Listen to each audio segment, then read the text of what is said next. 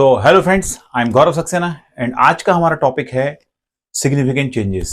Significant changes stability study के लिए एक इंपॉर्टेंट टॉपिक है एंड इंटरव्यू पर्पज से भी ये बहुत इंपॉर्टेंट टॉपिक है।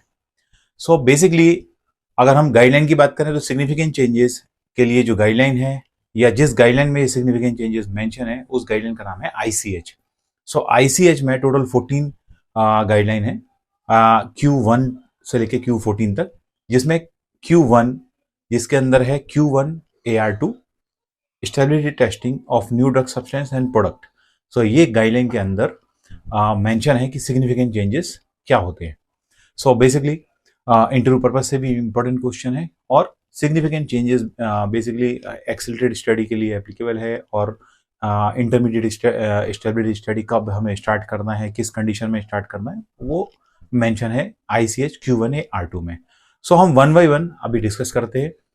ICH Q1 AR2 में मेंशन एक टॉपिक सिग्निफिकेंट चेंजेस के बारे में। तो देखिए फ्रेंड्स, टोटल यहाँ पे 5 types of significant changes mention है इन ICH Q1 AR2 में।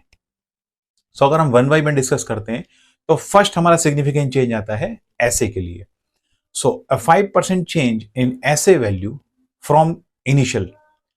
सो इसमें यह है कि अगर आप इनिशियल वैल्यू से, जो आपकी सबसे इनिशियल वैल्यू आई थी लाइक फिनिश प्रोडक्ट्स वैल्यू आती है, और एक्सेलरेटेड कंडीशन में अगर 6 मंथ तक जो हम स्टडी करते हैं वहां पे अगर इनिशियल वैल्यू से 5% चेंजेस आते हैं किसी भी स्टेशन में, that will consider as a significant change. So second significant change है डिग्रेडेशन प्रोडक्ट। डिग्रेडेशन प्रोडक्ट जिसे हम रिलेटेड सब्सटेंस भी बोलते हैं, ऑर्गेनिक इंप्योरिटीज भी बोलते हैं। So failure to meet the acceptance criteria of any degradation product. So RS के केस में अगर कोई फेल्यूर आता है, आउट ऑफ स्पेसिफिक लिमिट आता है, that will consider as a significant change. Okay, so third significant change जो mention है ICH Q1 AR2 में, that is for physical attributes and functionality test. So physical attributes and functionality test अगर out of specification मिलते हैं, that will consider as a significant change. अभी functionality test में क्या क्या आते हैं? कलर है, फेस सेपरेशन है, रिसस्पेंडेबिलिटी है, केकिंग, हार्डनेस, डोज डिलीवरी पर एक्चुएशंस हैं। अगर ये सभी में फेल्यूर मिलता है, so that will consider as a significant change. Okay, so fourth number significant change जो हमारा आता है, that is for pH value. So देखिए, आपको पता होगा कि pH वैल्यू या pH टेस्ट एक इंपॉर्टेंट टेस्ट होता है in case of parenterals. So आप जनरली देखेंगे कि जो स्टेबिलिटी टेस्टिंग है उसमें स्पेसिफिकेशन का पार्ट होता है pH टेस्ट, जो कि पेरेंटल में फ्रिक्वेंटली एवरी बैचेस में किया जाता है। सो फोर्थ हमारा सिग्निफिकेंट चेंज है failure to meet the acceptance criteria for pH value. So that will consider as a fourth significant change. Number 5 जो सिग्निफिकेंट चेंज आता है, that is applicable for dissolution test. So failure to meet the acceptance criteria for dissolution test when tested 12 unit.